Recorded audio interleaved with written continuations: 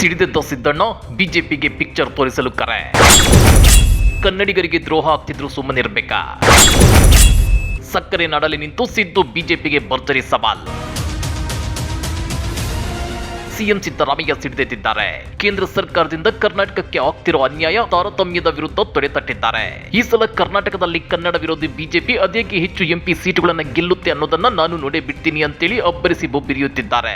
ಹಾಗಾದ್ರೆ ಈ ಸಲ ಕರ್ನಾಟಕಕ್ಕೆ ಪ್ರಧಾನಿ ಮೋದಿ ಅದ್ಯಾವ ಮುಖ ಇಟ್ಕೊಂಡು ಬರ್ತಾರೆ? ಸಕ್ಕರೆ ನಡಲಿ ನಿಂತು ಸಿದ್ದು ಬಿಜೆಪಿಗೆ ಎಸೆದ ಭರ್ಜರಿ ಸವಾಲ್ ಹೇಗಿದೆ ಗೊತ್ತಾ? ಅದನ್ನ ಡೀಟೇಲ್ ಆಗಿ ತೋರಿಸ್ತೀವಿ. ಆದ್ರೆ ಅದಕ್ಕಿಂತ ಮೊದಲು ನಮ್ಮ ಚಾನಲ್ ಅನ್ನು ಸಬ್ಸ್ಕ್ರೈಬ್ ಮಾಡ್ಕೊಳ್ಳಿ. ಹಾಗೇನೇ ಪಕ್ಕದಲ್ಲಿರೋ ಬೆಲ್ ಬಟನ್ ಅನ್ನು ಪ್ರೆಸ್ ಮಾಡಿ. ನಮ್ಮ ತೆರಿಗೆ ನಮ್ಮ ಹಕ್ಕು. ಕನ್ನಡಿಗರು ಬೆವರು ಹರಿಸಿ ದುಡಿದ ಬೆವರಿನ ಹಣವನ್ನ ತೆರಿಗೆ ರೂಪದಲ್ಲಿ ಕೇಂದ್ರ ಸರ್ಕಾರದ ಕೈಗಿಟ್ರೆ ಕೇಂದ್ರ ಸರ್ಕಾರ ಏನ್ ಮಾಡ್ತಿದೆ? ಕನ್ನಡಿಗರು ಕಷ್ಟ ನಷ್ಟದಲ್ಲಿ ಸಿಲುಕಿ ದಿನ ಕಣ್ಣೀರಲ್ಲೇ ಕೈ ತುಳಿಯುತ್ತಿದ್ರು ಕೇಂದ್ರ ಬಿಜೆಪಿ ಇತ್ತ ಕಣ್ಣೆತ್ತಿಯೂ ನೋಡ್ತಿಲ್ಲ. ಅಯ್ಯಯ್ಯೋ ನಮಗೆ ಕಷ್ಟ ಇದೆ, ಅನ್ಯಾಯ ಆಗ್ತಿದೆ, ನಮ್ಮ ತೆರಿಗೆ ಪಾಲು ಬೇಡ, ಬರ ಪರಿಹಾರ ಕೊಡಿ ಅಂತೇಳಿ ರಾಜ್ಯ ಸರ್ಕಾರ ಕೇಂದ್ರ ಸರ್ಕಾರದ ಮುಂದೆ ಗೋಗರಿದ್ರು ಕೇಂದ್ರ ಬಿಜೆಪಿ ನಾಯಕರು ಅದೇನೋ ತಮ್ಮ ಅಪ್ಪನ ಮನೆಯಿಂದಲೋ ಇಲ್ಲ ಅವರ ಜೇಬಿನಲ್ಲೋ ದುಡ್ಡು ಕೊಟ್ಟಂಗಾಡ್ತಿದ್ದಾರೆ. ಕನ್ನಡಿಗರ ಕಷ್ಟಕ್ಕೆ ಕರಗೋದಿರ್ಲಿ, ಕನಿಷ್ಠ ಕನ್ನಡಿಗರ ಕಷ್ಟವನ್ನ ಕೇಳೋ ವ್ಯವಧಾನವು ಕೇಂದ್ರ ಬಿಜೆಪಿ ನಾಯಕರಿಗೆ ಇಲ್ಲದಂತಾಗಿದೆ. ಇದರಿಂದ ಸಿಡಿದೆದ್ದಿರೋ ಸಿಎಂ ಸಿದ್ದರಾಮಯ್ಯ ಕರ್ನಾಟಕಕ್ಕೆ ತೆರಿಗೆ ಪಾಲಿನಲ್ಲಿ ಆಗಿರೋ ಅನ್ಯಾಯದ ವಿರುದ್ಧ ಪ್ರತಿಭಟನೆ ಮಾಡಿದ್ರೆ ಅವಮಾನ ಆಯ್ತು ಅಂತೇಳಿ ಬಿಜೆಪಿಯವರು ಹೇಳ್ತಾರೆ. ಈ ದ್ರೋಹದ ವಿರುದ್ಧ ಅವರಿಗೆ ಪಾಠ ಕಲಿಸಬೇಕು ಅಂದ್ರೆ ಲೋಕಸಭಾ ಚುನಾವಣೆಯಲ್ಲಿ ಕಾಂಗ್ರೆಸ್ಗೆ ಬೆಂಬಲ ನೀಡಬೇಕು ಅಂತೇಳಿ ರಾಜ್ಯದ ಜನರಿಗೆ ಕರೆ ನೀಡಿದ್ದಾರೆ.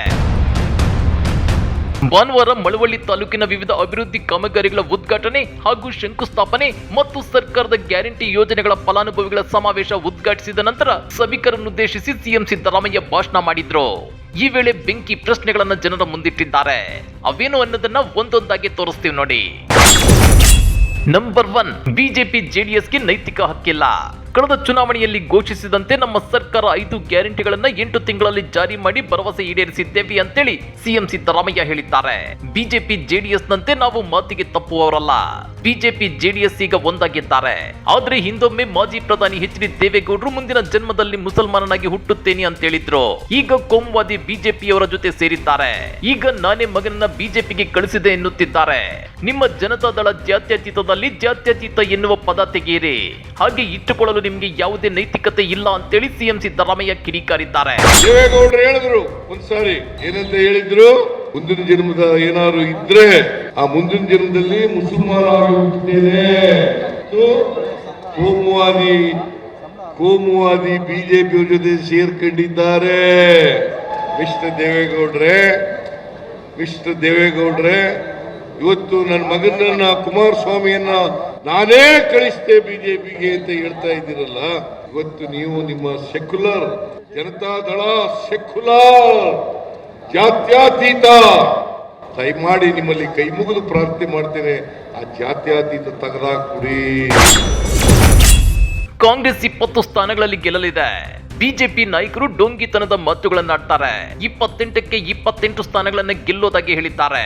ಕಾಂಗ್ರೆಸ್ ಪಕ್ಷ ಈ ಬಾರಿ ಲೋಕಸಭಾ ಚುನಾವಣೆಯಲ್ಲಿ ಕನಿಷ್ಠ 20 ಸ್ಥಾನಗಳನ್ನ ಗೆಲ್ಲಲಿದೆ. ನೀವು ಆಶೀರ್ವಾದ ಮಾಡುತ್ತೀರಿ ಅನ್ನೋ ನಂಬಿಕೆ ಇದೆ ಅಂತೇಳಿ ಸಿಎಂ ಸಿದ್ದರಾಮಯ್ಯ ಹೇಳಿದ್ದಾರೆ. ನಂಬರ್ 3, 155 ಕೋಟಿ ಮಹಿಳೆಯರು ಪ್ರಯಾಣಿಸಿದ್ದಾರೆ. ಜೂನ್ 11ರಿಂದ ಈವರೆಗೆ ಶಕ್ತಿ ಯೋಜನೆಯಡಿ 155 ಕೋಟಿ ಮಹಿಳೆಯರು ಸರ್ಕಾರಿ ಬಸ್ಗಳಲ್ಲಿ ಉಚಿತವಾಗಿ ಪ್ರಯಾಣ ಮಾಡಿದ್ದಾರೆ. ಪ್ರತಿದಿನ 60 ಲಕ್ಷ ಮಹಿಳೆಯರು ಓಡಾಡುತ್ತಿದ್ದಾರೆ. ಮಹಿಳೆಯರು ಕಾಂಗ್ರೆಸ್ ಪರ ಒಲವು ಹೊಂದಿದ್ದು ಲೋಕಸಭಾ ಚುನಾವಣೆಯಲ್ಲಿ ಕೈ ಹಿಡಿಯುತ್ತಾರೆ ಅಂತೇಳಿ ಕಾಂಗ್ರೆಸ್ ವಿಶ್ವಾಸವನ್ನ ಹೊಂದಿದೆ. ನಂಬರ್ 4, ಬಡವರಿಗೆ ಕೇಂದ್ರ ಅಕ್ಕಿ ಕೊಡ್ಲಿಲ್ಲ. ಜನರು ಹಸಿದು ಮಲಗಬಾರದು, ರಾಜ್ಯ ಹಸಿವು ಮುಕ್ತವಾಗಿರಬೇಕೆಂದು ಅನ್ನಭಾಗ್ಯ ಜಾರಿ ಮಾಡಲಾಯಿತು.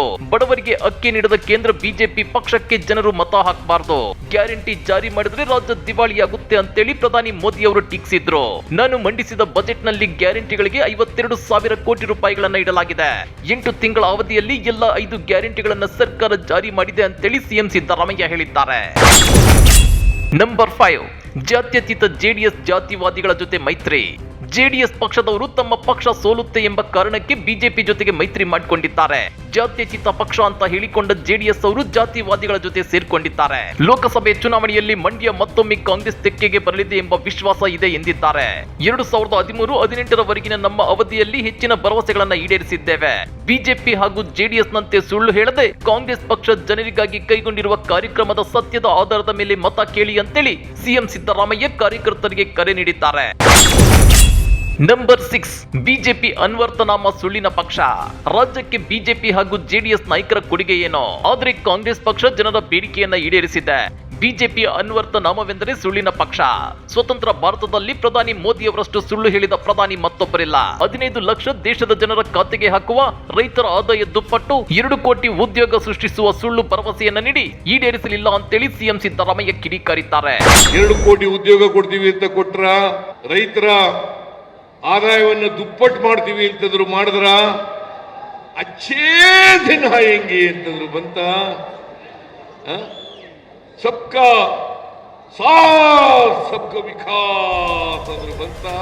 ಹಾಗಾದ್ರೆ ಈ ಸಲ ಲೋಕಸಭಾ ಚುನಾವಣೆಯಲ್ಲಿ ಸುಳ್ಳಿನ ಪಕ್ಷ ಬಿಜೆಪಿಗೆ ಜನ ವೋಟ್ ಹಾಕ್ತಾರೋ, ಇಲ್ಲ ನುಡಿದಂತೆ ನಡೆದ ಕಾಂಗ್ರೆಸ್ ಪಕ್ಷಕ್ಕೆ ವೋಟ್ ಹಾಕ್ತಾರೋ? ಕಮೆಂಟ್ ಮಾಡಿ, ವಿಡಿಯೋ ಲೈಕ್ ಮಾಡಿ, ಶೇರ್ ಮಾಡಿ. ಇಂಥ ಮತ್ತಷ್ಟು ರೋಚಕ ರಾಜಕೀಯ ಸುದ್ದಿಗಳನ್ನ ಮಿಸ್ ಮಾಡದೆ ನೋಡಬೇಕು ಅಂದ್ರೆ ನಮ್ಮ ಯೂಟ್ಯೂಬ್ ಚಾನಲ್ ಅನ್ನ ಸಬ್ಸ್ಕ್ರೈಬ್ ಮಾಡ್ಕೊಳ್ಳಿ.